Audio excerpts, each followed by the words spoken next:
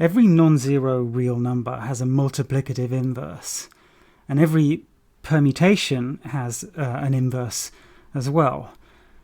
So we're going to explore the same concept for matrix multiplication in this video, and unfortunately what we'll find is that there are many non-zero matrices which don't have multiplicative inverses. The property of actually having a multiplicative inverse is going to be called invertibility, and that's what we're going to investigate in this video. So the definition is that an n by n matrix A is called invertible if and only if there is a matrix B with the property that B times A and A times B are both equal to the identity. Now, if such a matrix exists, then there's only one such matrix. In other words, if such a matrix B exists, it is unique. Let's see why that is.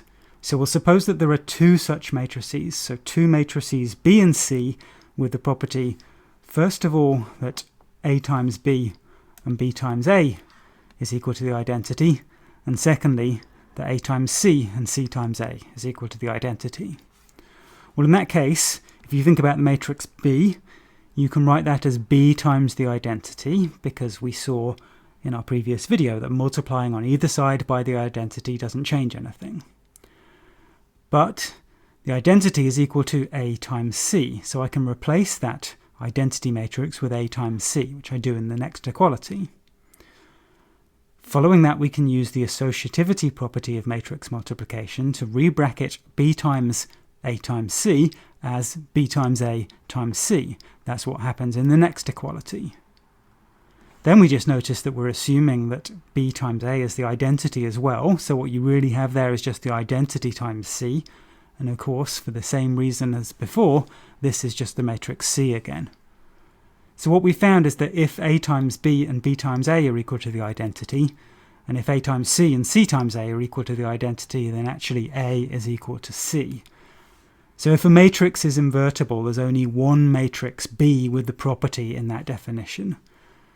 We call that matrix the inverse of A, and because there's only one such matrix, we can have this special notation for it, where we write A to the minus 1 for the inverse of A, if that inverse exists. And let me just re-emphasize that not all non-zero matrices are invertible. Not all non-zero matrices have inverses. For 2 by 2 matrices, it's fairly easy to give a criteria by which you can decide whether that matrix is invertible or not. You've probably seen this before. If not, I'm going to write it down on this slide. A 2 by 2 matrix A, whose entries are A, B, C, D, like this, is invertible if and only if A times D minus B times C is not 0. And in that case, you can even write down what the identity is. You can even write down what the inverse matrix A to the minus 1 actually is. It's 1 over AD minus BC times D minus B minus CA. So just as a quick example here, if we take A to be my favourite matrix here, 1, 2, 3, 4, then according to the formula which I wrote down above, A inverse will be equal to 1 over AD minus BC, that's 1 times 4 minus 2 times 3, multiplied into D minus B minus CA, which in our case is 4 minus 3 minus 2, 1.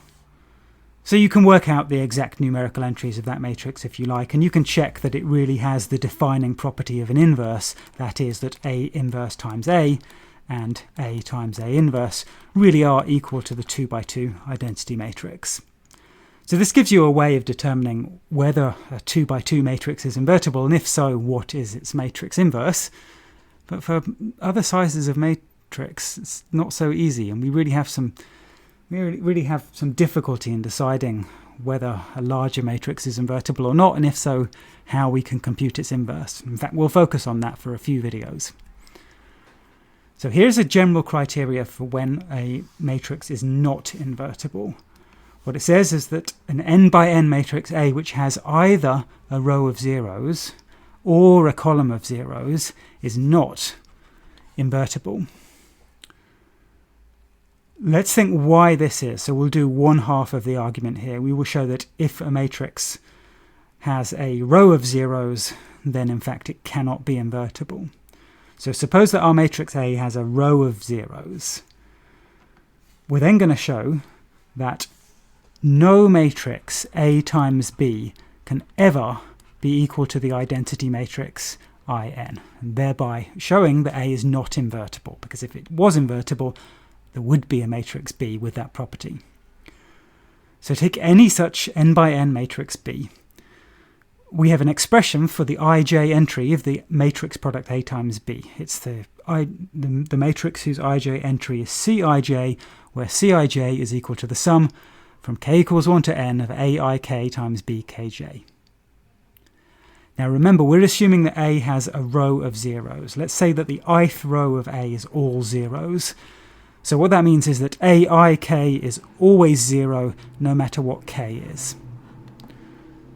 Well, then look at this sum. All in this sum here, all of these entries, Aik, involved in this sum are 0. So that means the whole sum will be 0, because every term in the sum is something multiplied by 0. So every term in the sum is 0. So what that's telling us then is that for all j, Cij equals 0, where I is this fixed number such that the ith row of A is all zeros, and the Cij's make up the ith row of A times B. So what we found is that the ith row of A times B, which is all these entries Cij as j ranges from 1 to n, consists of all zeros. But if AB has a row of zeros, it's certainly not the identity matrix. Therefore, A times B always has a row of zeros, and so it's not the identity matrix, no matter what B was. That means there's no B such that A times B is the identity matrix, and therefore A is not invertible. On the other hand, if A has a column of zeros, then there's not room on this slide for the proof, but you can do a similar proof to argue that B times A always has a column of zeros, and therefore B times A will not be the identity matrix ever, and so A is not invertible in that case either. But this is occasionally a useful criteria for showing that a matrix is not invertible. Alright, final thing in this video is about the inverse of a product.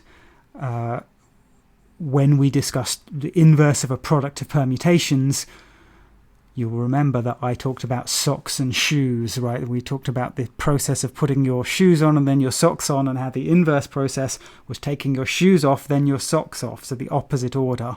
Exactly the same arguments apply to inverses of matrices. If A1 up to AN are all invertible matrices of the same size, then their product A1 up to AN is also invertible, but its inverse, the inverse of A1 times A2 up to AN, is AN to the minus 1 times AN minus 1 to the minus 1 down to A1 to the minus 1. So for example, if you had A and B, which were both n by n invertible matrices, then their inverse would not be A to the minus 1, B to the minus 1. It would be B to the minus 1 times A to the minus 1. And we know from our non-commutativity example that the order matters. So it's really important to get that order correct when you're working out the order, when you're working out the inverse of a product of matrices.